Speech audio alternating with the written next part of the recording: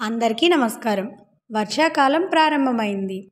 వర్షంలో ఆహార పదార్థాలు తడిసిపోవడం, వస్తువులు చెడిపోవడం సర్వసాధారణం. వీటిని వదిలించుకోవడానికి మనం ఉపయోగించగల చిట్కాలు ఏమైనా ఉన్నాయా? రండి ఈ వీడియో ద్వారా తెలుసుకుందాం. అగ్గిపుల్లలను తేమ నుండి రక్షించడం. తేమ నుండి నివారించడానికి అగ్గిపుల్లల పెట్టెను గాలి చొరబడని డబ్బాలో ఉంచండి. బియ్యంలో పురుగులు పడటం. వర్షాకాలంలో బియ్యంలో పురుగులు పడే అవకాశం ఎక్కువగా ఉంటుంది. గుప్పెడు బే ఆకులు లేదా ఎండుమిరపకాయలను బియ్యంలో ఉంచడం వల్ల బియ్యంలో పురుగులు రావు. చాకులు లేదా కత్తులు తుప్పు పట్టడం. వర్షాకాలంలో ఇనుప వస్తువులు తుప్పు పట్టడం సర్వసాధారణం. తుప్పు పట్టిన భాగంలో ఉల్లిపాయలను రుద్దటం వల్ల తుప్పు తొలగిపోతుంది. గ్యాస్ లైటర్లు పనిచేయకపోవడం.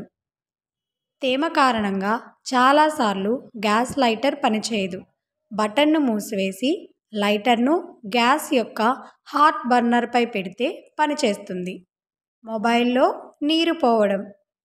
ఒక్కోసారి వర్షాకాలంలో మొబైల్లోకి నీరు వెళ్ళే అవకాశం ఉంటుంది.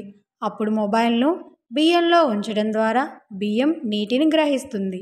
బిస్కెట్లు మెత్తబడడం. మెత్తగా అయిన బిస్కెట్లను గ్యాస్ ఆఫ్ చేసి వేడి ప్యాన్ మీద ఉంచాలి. తరువాత బిస్కెట్లను గాలి చొరబడని కంటైనర్లో ఉంచండి. సేమ్యాలో పురుగులు పడటం. కొన్ని రోజులకు సేమ్యాలో పురుగులు పడతాయి. సేమ్యాను డబ్బాలో ఉంచే ముందు వేయించడం వల్ల సేమ్యా చాలా కాలం ఉంటుంది.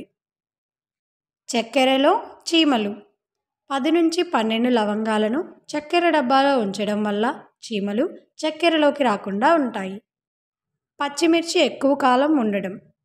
పచ్చిమిర్చి ఫ్రిడ్జ్లో పెట్టే ముందు కాండం తీసి పేపర్లో చుట్టి ఒక డబ్బాలో పెడితే పచ్చిమిర్చి చాలా రోజులు ఉంటుంది.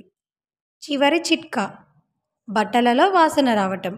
బట్టలు ఉతుక్కునేటప్పుడు నీటిలో వెనిగర్ కలపడం వల్ల బట్టల వాసన నుంచి ఉపశమనం లభిస్తుంది. ఈ చిట్కాలన్నిటి నుండి మీరు ప్రయోజనం పొందుతారని ఆశిస్తున్నాము. మీ అనుభవాలను మాతో తప్పకుండా పంచుకోండి. ధన్యవాదాలు.